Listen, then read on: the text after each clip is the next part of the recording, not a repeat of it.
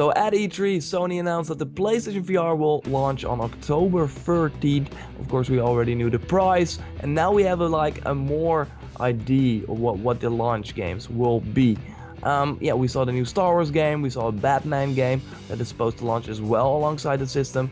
But here to talk with me about the PlayStation VR launch lineup is Tech Sharps from T5R. Hey man. Hi, what's up, man? E3 was pretty rockin'. Yeah. We made a video about that on your channel, so you can check that out. I put a link down in the description below, but we're now here to talk about PlayStation VR, the Sony VR headset that will launch in October with a lot of games. They have like 50 games before the end of the year, so that's pretty significant. But is that enough? Is that or is the content that they offer, is that quality enough? I already played a Riggs, I played Until Dawn, I played some VR World stuff, I played the Batman VR game on PlayStation VR, so I have had some experience, but yeah, it's all like mini games. It's not like the big AAA games yet. And that's obviously really hard for a publisher to say, okay, our new big franchise will be exclusively to a platform that did not really, it's not in a lot of hands. It has not proven itself. So that's why we see a lot of tech demos right now. Maybe developers don't really know how they can work with this VR technology yet, and they're now just dipping their toes in that. I think that's the case with the Batman VR game, for example. If you don't know it, they announced that during E3, Batman Arkham VR, and it's like you being Batman. It feels really cool, but it's a 1 hour experience, and it's not really a game. It's not you beating up bad guys, it's you being the detective. The first mission I played was really cool, where I really got to get all the equipment of a Batman game. Then a mirror came up and I could just wave to the mirror. If you're playing this with PlayStation Move, it really felt great.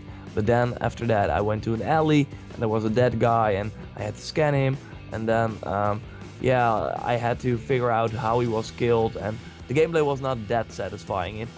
I did not really know what to do, and at the end it was not that entertaining. It was not like you doing combos with the Move controllers, really fighting. Maybe they will do that in other demos, or in other missions in the game, but not what I saw. Yeah, the price points are interesting too. We were talking about this before, and the thing is, right now, if you look at the UK Amazon, you have like PlayStation VR World sitting at 30 British pounds. Not sure what that would sort of equate to what they would sell on Amazon US, because it's not on Amazon US. So these VR Worlds probably is, but the Until Dawn Rush of Blood, which is more of the third party-ish, or this different party developer behind Until Dawn, their sort of VR experience, that is even sitting at 15.99 British pounds. And that's not on Amazon US. I know that for a fact. I know PlayStation VR Worlds probably is. But it's really interesting, the pricing, because you see Until Dawn Rush of Blood, you probably think that's probably like a really mini game of something that you just play over and over again just for the fun of it. But then you have VR Worlds, which is, from what I gather, is a bunch of random VR experience mini games. That's right. Yeah. But it's priced at a pretty high price. Like, that's probably gonna be about $40 US, because it looks like all the UK Amazon titles are priced $10 or 10 lower than what the US is. So if that's the case and it's 40 on Amazon US, and let me just actually check that out right now, that's really going to be interesting, because if these are priced way too high, then these types of experiences may sort of burn people in a sense. They may not really care that much the first couple times, but then after they buy another one, they might be, wow, I'm only getting like 2 hours of gameplay out of this, and I'm spending as much as I would to buy a game that's a normal experience, but way longer. Like, and that's the big issue I see with it. But I am really optimistic as far as what they did show, that they are taking it seriously, unlike what they did with the Move, for example, when they were originally, discussing that back in the day at the PS3. So that's definitely good to see. As far as the pricing, what do you think about the pricing in that regard? Well, I also have like Riggs here. So for people that don't know Riggs, it's like the game from the creators of Killzone Mercenary on Vita. It's Guerrilla Cambridge, so it's like their smaller studio. Of course, Guerrilla, you know them from Killzone and Horizon right now. It's a sport title, a 3v3 multiplayer title, and that looked like the first real game to me. And if I look at the price here over on the PlayStation Store, it is around the $70 mark.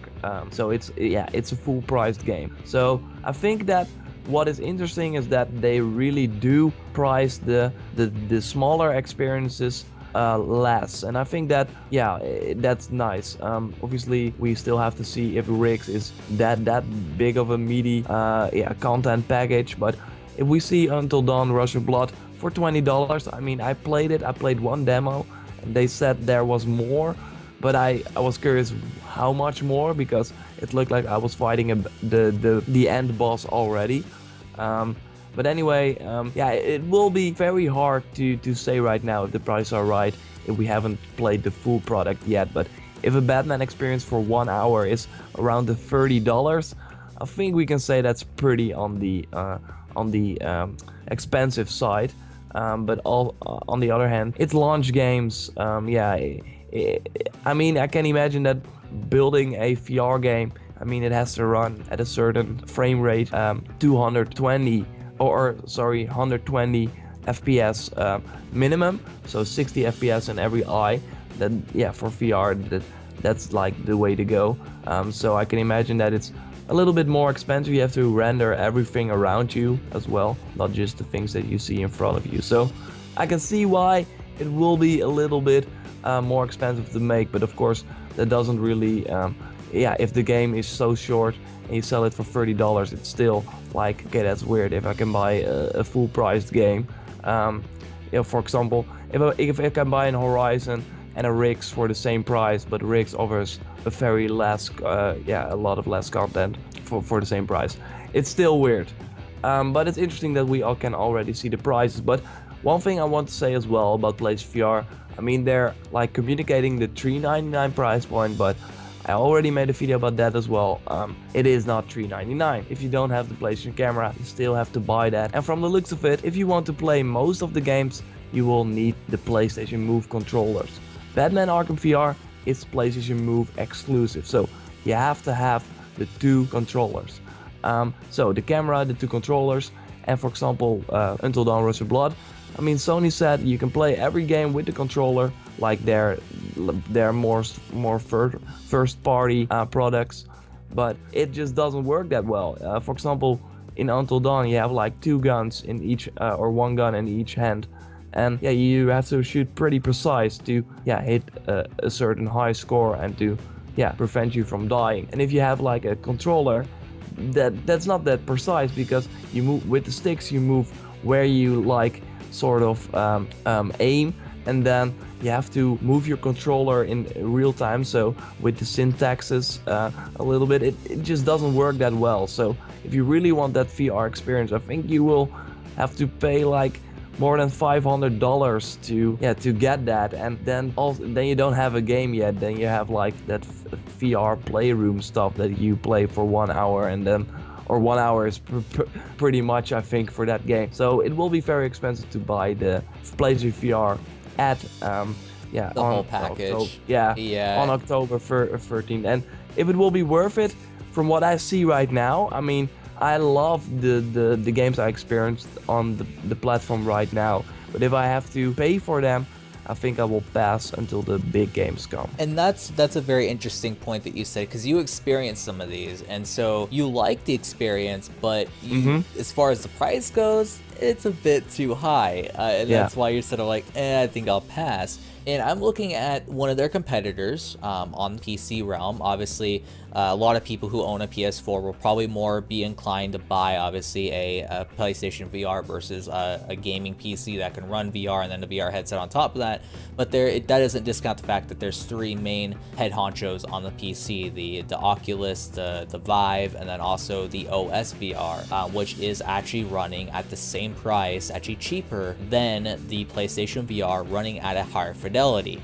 So looking at the Steam store under this VR, for example, I think that the developers that are working on Steam and pumping their games out have the right idea. The highest priced game out of 13 pages of results for VR is $39.99. $39.99. The rest of them are mostly floating on the $30 and lower range. Most of them actually are under $20. And that's really where I think that these short experience should aim at until the player base is high enough to where a AAA game can come out that's going to shock everyone. Now, of course, there is one thing that I did want to mention because we glossed over it because we were talking about most of these are experiences. There is one non-experience, an actual full game, Resident Evil, that will be supported by VR.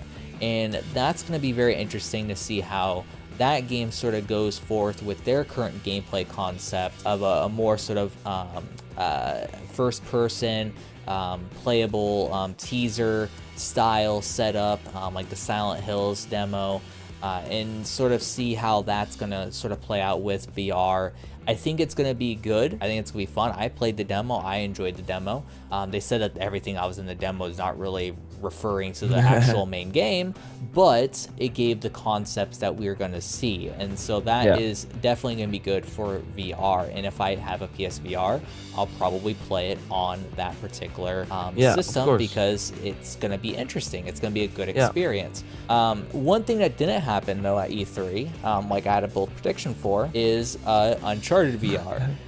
I was somewhat surprised about that, especially since they had so many games that they were announcing for VR. I'm like, okay, Uncharted's next. Uncharted something's next. Uncharted something's next, and no Uncharted shit. Yeah, I think it can still happen, and that's interesting. I mean, we only see Until Dawn right now as a proven IP. I mean, it's still pretty new, but that's like the only proven IP from Sony that we see on the platform. Obviously, we also have Eve Valkyrie. But yeah, not a lot of console players will know Eve. So yeah, that's interesting to see a Sony platform launching because they really think PlayStation VR is our new platform. We really treat it as a console launch without any big franchises on the platform. So yeah, that's interesting, and that also pretty concerns me. Why not do a Uncharted game on there, right? I mean, that's pretty weird, but we might see that later, and it's of course also a big announcement if they announce some awesome games later. And for Naughty Dog, it would also be interesting to dip their toes a little bit in the VR front. I think we've said like everything there is to it. To wrap it up a little bit, we think the launch lineup. The prices are, it's hard to say right now because we have not played the full experiences, but if a Batman game from that only is 1 hour will cost $30, I think it will be around that. I mean, it's also third party, so you might think that, of course, on the PlayStation Store, it will be, more expensive because that's how it just goes.